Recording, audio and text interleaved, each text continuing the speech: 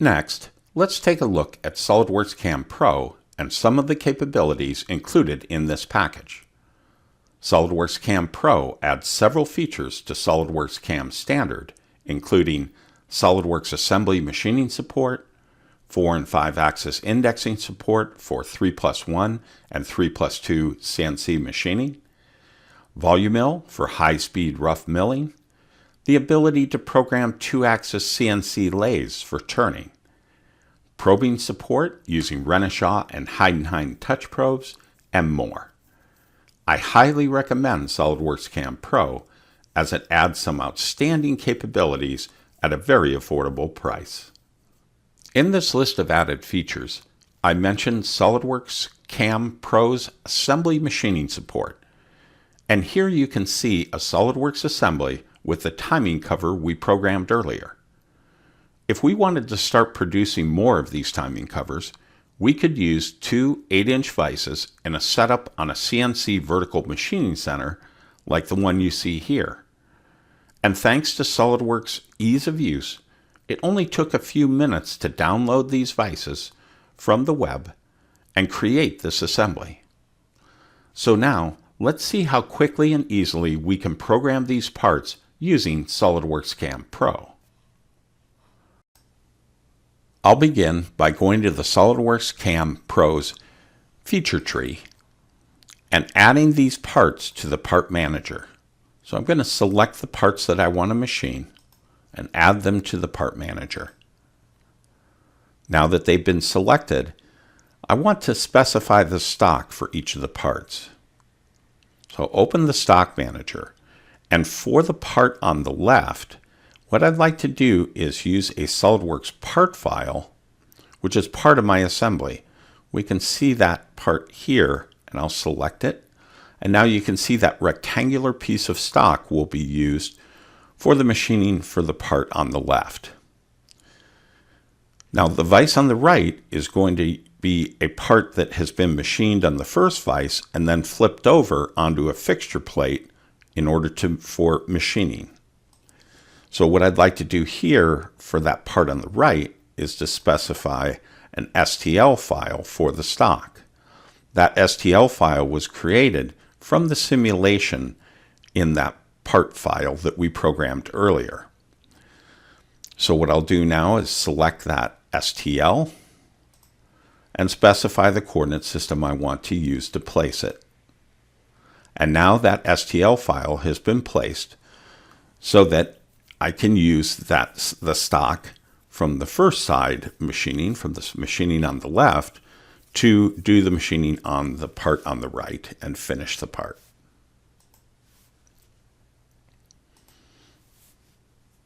Now that I have the part selected and the stock defined, I want to import the part data from the file that we already programmed so I can reuse that program that we already programmed in part mode. I'll go ahead and import the part data here and just add it to the SOLIDWORKS CAM Pro's assembly feature tree here. And you can see all the features were imported. And if I go to the operations tree, you'll also see, once it rebuilds, that all of the operations were also added. Now, I'd like to use a G54 for the part on the left and use this upper left corner as the part program 0. For the part on the right, I'd like to set the part program 0 here at the center of this bore once it's been established. So I'd also like to use a G55 for the part program 0 or work offset number over on the part on the right. So in order to have 2 different work offset numbers, I'm going to go ahead and split this setup. So I'll split the setup into 2 groups. So we now have setup group 1 and setup group 2 down here.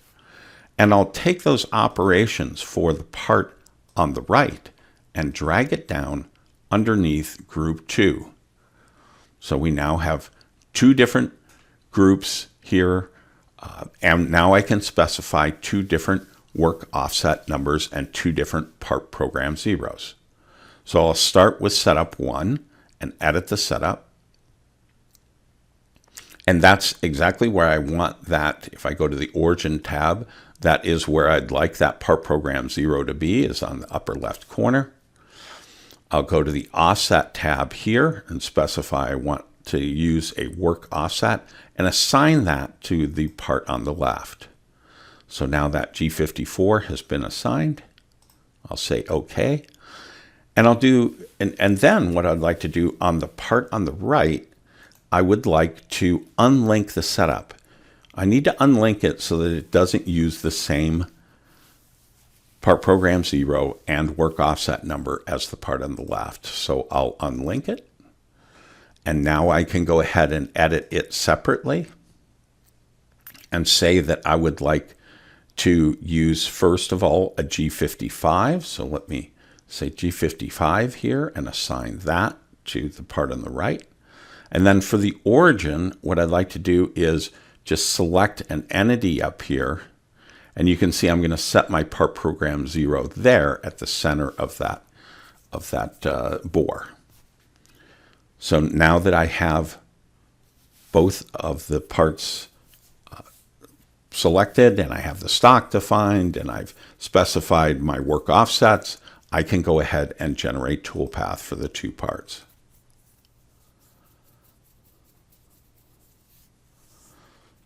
And this will generate all the toolpaths now for the machining of the parts on the right or on the left and the right.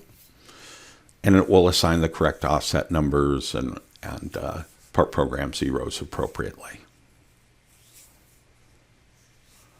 So you can see it's pretty easy to and quick to be able to machine parts using SOLIDWORKS CAM Pro. It's finished now. And before I run simulation, I might want to add some of these fixture components to my simulation. So I'll edit setup 1 here, go to the fixture tab, and select the different components I might want to add to the simulation.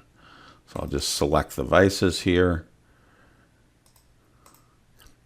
the vice jaws, the base of the vices. I think they're selected already. And then also the table. And maybe I even want the nuts and bolts, or I'm sorry, the bolts and the washers here that are holding down the vices as part of my simulation. I can also select that and say add all instances, so it will find all of them automatically. And I can do something similar there for the washers and add all those instances as well. And now it will regenerate the toolpaths to make sure that it won't interfere with any of the fixtures, and we will also see those different components now included in the simulation when I run toolpath simulation here.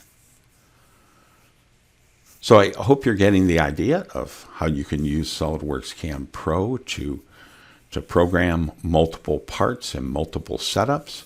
And you can also do this something similar if we had a much more complex setup where there might be 4, 6, 8 parts included as well. So one last thing we should do before we go ahead and run simulation is sort these operations in this first setup. So I'm going to select the setup here and sort operations. And what I'd like to do is sort these operations so that all of the face milling occurs, then the rough milling, and then the contour milling here before the center drilling and drilling. I'll just go ahead and hit apply, and you'll see where all of the operations get sorted into that order. Now I can go ahead and run simulation. And here we'll see the machining of the two parts. And so you can see the part on the left is being machined first here. And we could always change the order of these operations if we'd like to by dragging and dropping is another way to change the order and sort the tools. So there's a lot of options to be able to optimize this program even further. But you can see here where it's pretty good the way it's set up currently. Terrific. And if I hit this button here, we can compare the machined parts to the design model. And you can see here where they've been machined nicely. And you can see where the part, particularly on the right, is all in green. That means that it's net to the design model. The part on the left, you can see it still has some stock left, of course, from that first side machining that we're using to hold in the vise.